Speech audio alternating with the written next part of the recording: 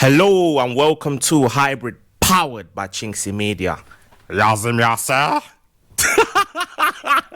Yeah, man.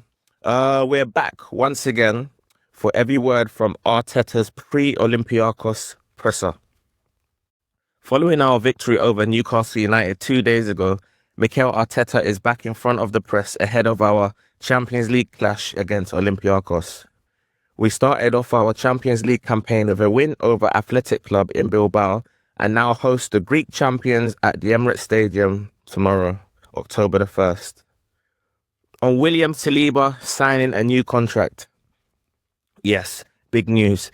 Very happy. Congratulations to William. Fully deserves his new contract. His contribution to the club, to the team, has been phenomenal the last few years, and very happy to keep the spine of the team with us. Yeah, I mean, the news broke last week. It's not come as much of a surprise, but obviously, like I mentioned in one of the press conferences last week, I think it was the Port Vale pre-match. Once Arsenal announce it, then it's announced. But until that's done, then it's all speculation, I guess. But no, William Saliba has committed his next 5 years to Arsenal Football Club. So he will be playing for the club until at least 2030. And yeah, good luck to him. And hopefully he can be a major part in us lifting honours starting from this season. On our players believing they can win trophies here and committing futures to us. Oh, I just alluded to that. Yes, first of all, that they feel that they belong to this club. They feel very attached to it and they share the same ambition with the club. And obviously they feel valued. They feel loved here. And they want to continue their careers here, which is great. Yeah, I mean, like Arteta alluded to earlier, the spine of the team have pretty much all renewed their contracts. I think the next one due is obviously Bukayo Saka, and then probably from next year, probably looking at Declan Rice renewing terms. Because we've got the likes of Odegaard, Gabriel, Saliba, Miles Lewis-Skelly, Wanyeri, all tied to long-term contracts. And yes, looking good. All our key players have obviously seen the potential in the side and believe that they can achieve their goals with Arsenal Football Club. On the impact of our late win over Newcastle, well, great energy, obviously. The moment you go in the dressing room, everybody is celebrating, especially because the manner and the way it happened. You have to move on immediately, and you know that we have a very tough match tomorrow against Olympiacos, and I'm ready for it. Yeah, as I mentioned in the previous press match conference analysis, Olympiacos are the top side in Greece, so the Arsenal of Greece. They are used to winning matches. They're used to playing front foot football. I saw that firsthand myself when I watched them on Saturday. They won their game 3-2. So it will be a kind of culture shock to them when they come to the Emirates, where we're playing the front foot, we're dominating the game. They're going to be kind of defending and trying to hit us on the break. So for that reason, I think we're more likely to win, because they're not used to kind of changing their style and having to play pragmatic and tight away from home. They're used to being in the front foot, and that would have been the case even in Piraeus in Athens. If we were to play them there, we would be on the front foot once again, just like we were at Newcastle on Sunday. So yeah, Olympiacos should prove a tough test. They're a half-decent side. They won the Europa Conference League. But no, I fully expect Arsenal to emerge victorious, and by a couple of goals as well. On if everyone is fit and available for Olympiacos, yes, no surprising. Hincapié and Noni are still out, so no news. The rest are all good. Okay, so we've got a relatively fully fit squad. Well, saying that, we've got Havertz out, we've got Jesus out, the forgotten man, Hincapié and Noni. So there's a couple players out, but other than that, there's a fully fit squad, fully fledged squad, a lot of competition for places. I'd like to see people like Miles Lewis-Skelly and Ben White perhaps come in ahead of our game against West Ham, which then punctuates the season because there's going to be an international break. So Arteta might think, all right, let me go my strongest squad these next 2 games. And then obviously we've got the break. So I think that would play a major factor in the team selection. So he might tinker with it a bit, but then again, knowing Arteta, he's not taking any chances, especially in the Champions League. I think he'll pick a team that will be more than likely to win the game. So he'll probably go with a very similar team to the one we saw take the field Sunday. On if Odegaard is fit to start, he was very good. He came on and immediately you could see the desire and the responsibility to get in the game, to try to change it, his decision making, the way he approached every ball, and he made a difference to help us win the game. Okay, that's a remarkable amount of talking about answering the question as a political answer.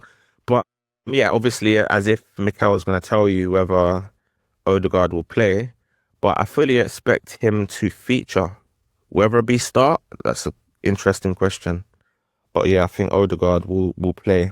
And if I was to make a prediction to start, I'll say yes. On if there's greater pressure on us in the Champions League this year, well, we have the same ambition, which is to go game by game and try to be better than the opponent, which is very difficult in this competition, and win as many games as we can. Tomorrow, we're going to have a really difficult one. We know how important the home form is going to be to reach in this phase where we want to arrive. And tomorrow, we have the opportunity to start well. So yeah, we got off to a win at Bilbao. We have a few games at home where we're going to be heavy favourites to win. But then there's also one or two games where you're thinking, ooh, games like Bayern Munich, Atletico Madrid, and Inter Milan, where we've got to be at our best. However, the fixtures that we have against Kairat Almaty, who are playing Real Madrid today, and Olympiacos, we've got to be picking up all 3 points in those games. So yeah, there's no relenting. We have to win tomorrow. Just got to have our mentality right. Take to the field with a good spirit, a good resilience, you know, move the ball fast, play like anything we did on Sunday. We should win comfortably for me. On being on top of contracts for players, well, I don't know. What I know certainly is that at the end, there are 2 or 3 parties that have come together to an agreement, and with the 3 of them having the same intention and the same will, it's easier to get it done. In these cases, it's been extremely positive. Andrea Berta, the team, and the support that we have from Stan and Josh, especially, make this possible and available, and we are extremely happy to continue this journey with them. Yeah, I think it's been a far cry from what Arsenal used to be, where we would let players' contract run low, run really low to the last 2 years. Last year, leave for free. People like Van Persie, Alexis Sanchez, Mesut Ozil, Thierry Henry, to name but a few. But however, we're more proactive these days, you know. Our key players are seeing the project, this project buzzword. They're seeing the project and they're seeing that we are really close. And if you win a trophy with Arsenal, especially given our trophy draw, which will be stretching to now 22 years, as the earliest we can win a league title will be in 2026. So that'll be 22 years. They will go down as legends. We're now actually favourites for the Premier League. Slight favourites, but favourites nevertheless, given our fixtures that we've got coming up against Fulham, Crystal Palace, West Ham, AL. And then Liverpool have to endure a grueling match against Galatasaray tonight, should I say. And then they've got games against Chelsea and Man United coming up. So it will be like, oh, okay. Can Arsenal now put their foot on the gas and really, really, really move the dial, move the needle, and take it to Liverpool and say, right, this season, we mean business. On Mikel speaking to RAF pilots, you're a bit late. That was 2 years ago, so the plane's already gone. I like that metaphor. Yeah, I actually see that today as well. So, okay, so I guess this old news. Okay, less said about that, the better. On if there was any fear that Saliba wouldn't sign the contract, probably more than the length of the contract, it's the will of the player. You can understand that some players have a dream. Some of them is to play in the Premier League. Some of them is to play in the Premier League for Arsenal. Another one can be to play in a different country for a different club, Real Madrid or Barcelona. So you have to respect that. I think we've been really, really lucky, but it shows the power of this football club and how much people love it and want to come here. None of that is happening. Even if they had the possibility to go somewhere else, they wanted to remain here. Okay. That's not the first time he's kind of intimated that other clubs were linked with him and were kind of hovering around him like vultures. So obviously Real Madrid's business plan is to notify a player of their interests, even if they've got 2-3 years of their contract remaining. Let that be known through the press, as they've done for Trent, Mbappe and players like that over the years. And then obviously as they wind down their contracts, they pick them up on a free, giving them a hefty signing on fee, which would effectively replace what would be a hefty transfer fee, but even less.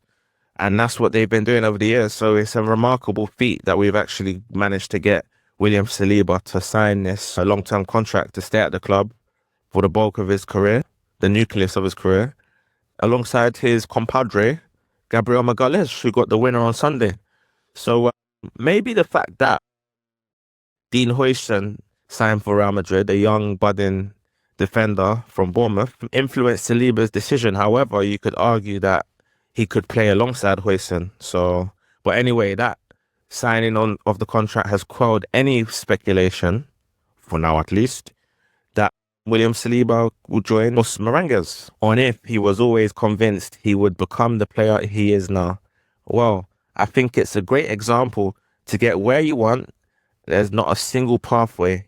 It can happen in various ways, in various manners, because when you talk about this pathway, you talk about loans. Well, I think it's a great example to get where you want. There's not a single pathway. It can happen in various ways, in various manners, because when you talk about this pathway, talk about loans. So there's a lot that has happened, a lot that William had to get through, and the club and myself with him as well, to get to the point where he is at today. And that's the beauty of it, that sometimes things don't start the way you expect it, but sometimes it's the best thing that can happen to you to get where you want. Yeah, William Saliba has actually been through a lot, especially in the early genesis of his career. Firstly, he had that scandal with Randall Kolo Muani. Not going to go too much into that. If you know, you know. It's involving a dressing room and a mobile phone. And also, he sadly lost his mother a few years back as well. Not to mention the various loans that he was sent on back to France, where he had to go on loan to teams like Marseille. So he's had to kind of overcome a lot, really. And to get to where he is today, it's testament to his character. And you can see that he's someone that's hungry to thrive and to realize his potential going forward. On if he's aware of the noise around the club in terms of having no excuses, I'm aware the moment I step in this chair that I want with this club is to win major trophies. Nobody else has to put that line into us. That's the ambition from the first day, and the excuses, they've never been part of my life. You know, today I had a thought come through my mind that if Mikel Arteta, let's say, wins us the Premier League or wins us the Champions League, because both would be remarkable feats. I mean, I've already alluded to the fact that we haven't won the Premier League in 22 years. You know, a lot of the fan base haven't seen us win the Prem, or too young to have seen us win the Prem. And then the Champions League, no fan have seen us win the Champions League. So if you win one of them, you go down in history. I was thinking that if Arteta was to win one of those, that would be a mic drop moment. Could he leave? Could he leave?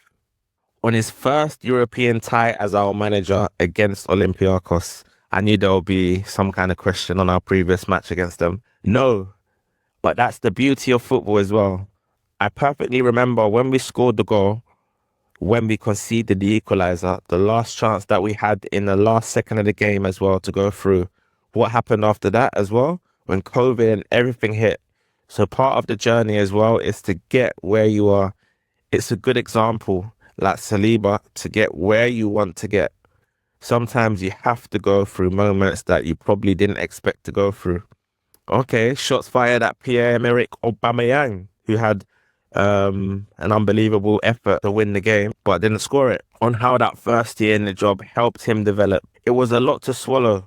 Jeez, Jesus. Coming into a massive club in the middle of the season when you've never coached a team, I think that's already a big challenge. On top of that, everything that was happening at the football club, COVID hits. You're not able to be in contact with your players or the club, and that drags on for almost 2 years. It's a lot.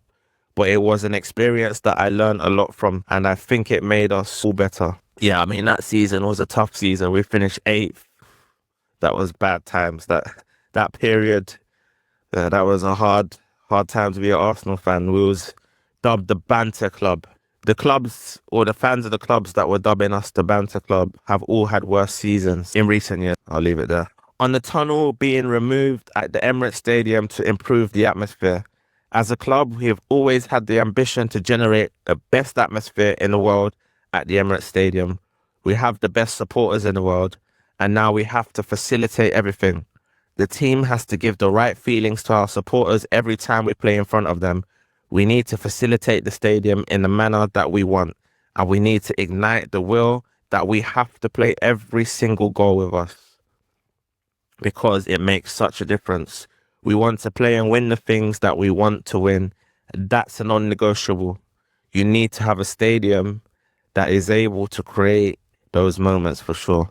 I haven't seen Arteta mention non-negotiable and contexts for a while. So yeah.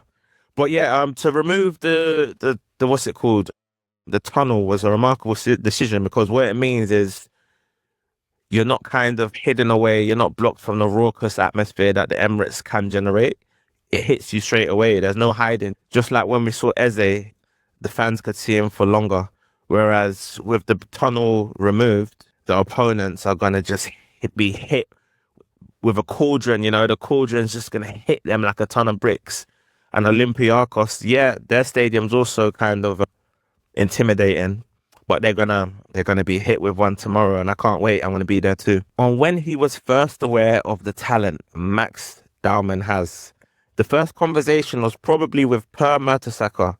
We were talking about the talent and what he could see and feel that he could reach the level that we needed. Straight away, his name came up, and then we started to look at him and the way he's developed himself and the steps that he's taken and the speed he's taken them. It's probably unheard of. He's fully with us. He's part of us. He trains with us, and he's got the same chances as anybody else. That last sentence is unbelievable. Max Dowman, 15, has got the same chances as anybody else. And you know, I'm all for it. If you're good enough, you're old enough. It's just, the only thing is, I'm not worried, but I'm wary of his welfare. But other than that, yeah, if you feel he's ready, put him in. Let him play tomorrow. Let him play. You know, top player. What I've noticed though is, I mentioned it, I alluded to it in the last edition podcast, that Miles Lewis Skelly has seemed to have taken him under his wing. You know, kind of big brother. They talk a lot. They kind of chill together. Miles and Ethan, and then Declan Rice, big brother kind of mode. And I like that, you know, it's just kind of assimilating him into the group, making him feel comfortable, making him feel confident to kind of, you know, do what he does best, which is dribble with the ball, twist people up. I'm all for it, man. Big up Max Dowman. On when that conversation with Per was, I would say 1.5 years, 2 years ago. Damn, 2 years ago. He would have been about 13 then. On how Viktor Gyokeres stood up to the challenge at Newcastle. I loved it. I absolutely loved how he took it. He went on board, not a single moment when he was showing frustration. I told him that you're going to get some decisions, some, others not. Stand up. You're going to have 2 or 3 players around you in many moments. The ball is in the air and a lot is going to happen. But I loved his reaction. I loved the way he handled the situation emotionally, and also because he was involved in a lot of dangerous moments that he created. He was very much involved in them. It's a pity that he didn't score a goal at the end, because in my opinion, he fully deserved it. Yeah, I mean, in terms of Viktor Gyokeres' all-round game, he did all right. His link-up play was good. His hold-up play was good. I felt like he linked up slightly too much for my liking. There were moments where he could have shot, albeit from tighter angles, but that's exactly what I want from him. I want him to be single-minded, greedy to an extent where if you feel you can get a shot off, get one off. But he was kind of passing when he could have potentially shot. Usually his single-minded self would have done so. At Sporting, I'm sure he would definitely have done so. And he would have had license and, you know, he would have been instructed to do so, shoot on sight policy. But all in all, yeah, he got himself about. He's looking fitter by the game. I think every game he's playing, he's looking more and more fit. But with obviously there's more of an emphasis on him because Kai is out. So if he was to go down, we'd have to shuffle things around. But we've got options there. We've got people like Marino, Trossard, and Martinelli that can play there. But ideally, you want Victor to score a few more goals now. I think he's currently on 3 in 6, 3 in 8 overall. But hopefully, if he can get a few more goals over the coming games, you can get to 4s and 5s and 6s going into the international break. On how he's handling the role with Kai out injured. In a really natural, organic way, I would say. He's a really confident boy.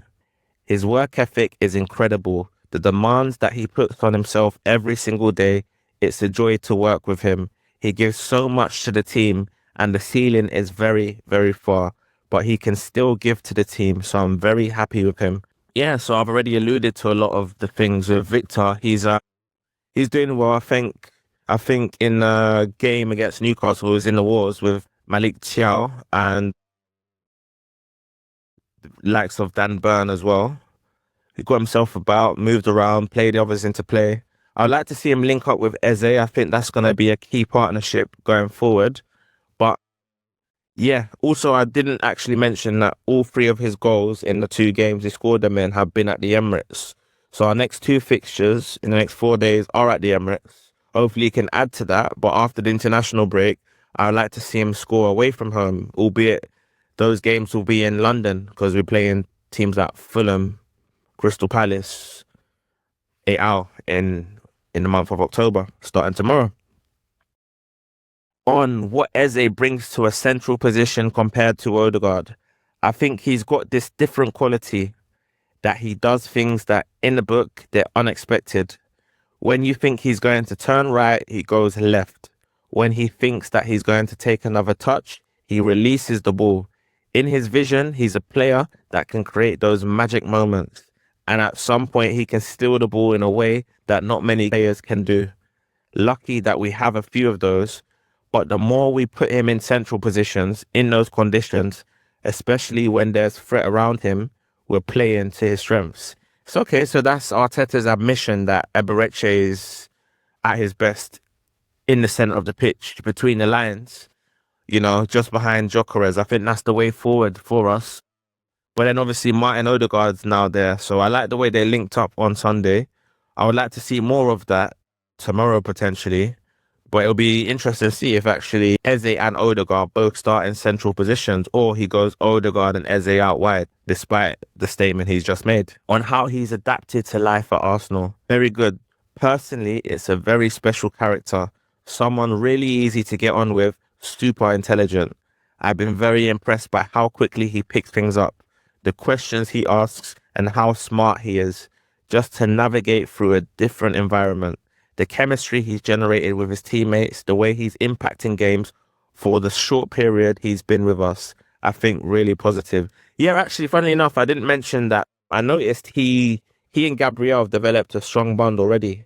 And obviously he knows people like Noni, who he seems to get on really well with. Bukayo, who he seems to get on really well with. Declan Rice as well. And then you've got the young boys in Ethan and Miles. So yeah, he's already known a lot of the players through the years, through playing against Arsenal.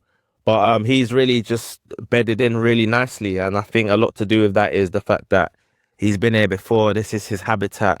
He's back home. The players adore him. And I think personally, I think he's one of the leaders in the team. So I just want him to get more and more games, more and more experience in European football, understanding the pace of European football, the differences in what he's used to. And I'm sure after a few games, we're going to see the best of Eberechi Eze for sure. On how to learn from our previous encounters with Olympiacos. Yes, because they have a really good side and they have a really, really good manager, which I've known since I was 13 because he was my coach at that period. And I know how he works. I know how efficient he is in what he does.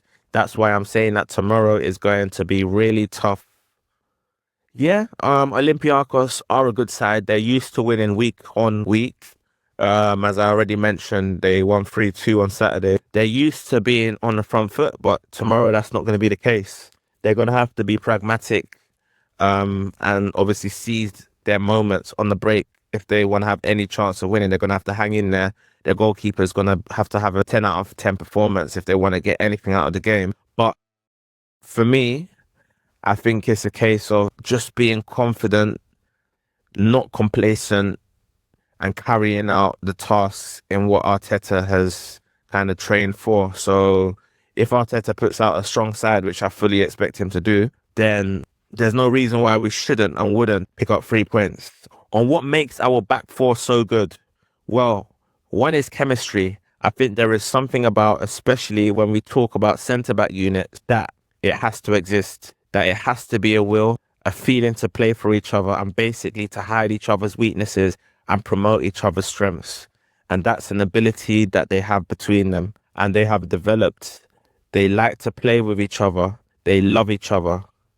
And that's a massive thing when you're asking your backline to produce what they are producing at the moment. Well, he's obviously referring to William Saliba and Gabriel. He's mentioned hide each other's weaknesses and promote each other's strengths. Okay, let me try and extrapolate what he means by that. So, I mean, put it this way, when I mention the weaknesses, which I think he's inferring, I'm clutching at straws. But with Gabriel's probably, he's technically not the greatest in the world, but you don't require a centre-back to be technically efficient. Whereas Saliba is technically very good, but the aggression isn't there as much, but you get the aggression from Gabriel. So it's like, that's where the compliment lies. Also with Saliba, you might get one or two lapses in concentration now and again, but usually he makes up for them anyway. Or usually Gabriel will make up for it, or Timber will come across. So that's me clutching at straws because I don't think there's many weaknesses. And then when you add in Ricardo Calafiori, who is great going forward, but I think this season he's improved immensely defensively. So, and I think that's the main reason why he's been in the team, because he's a threat going forward. There was a point where he actually had the most shots of any player in the Arsenal squad. So yeah, he had an exceptional start to the season, and I think he probably has done enough to keep his place in the team. However, it wouldn't surprise me if he kind of gets a breather with Miles getting an opportunity to come in. But other than that, I think it will be a largely unchanged squad for the game tomorrow evening. Peace.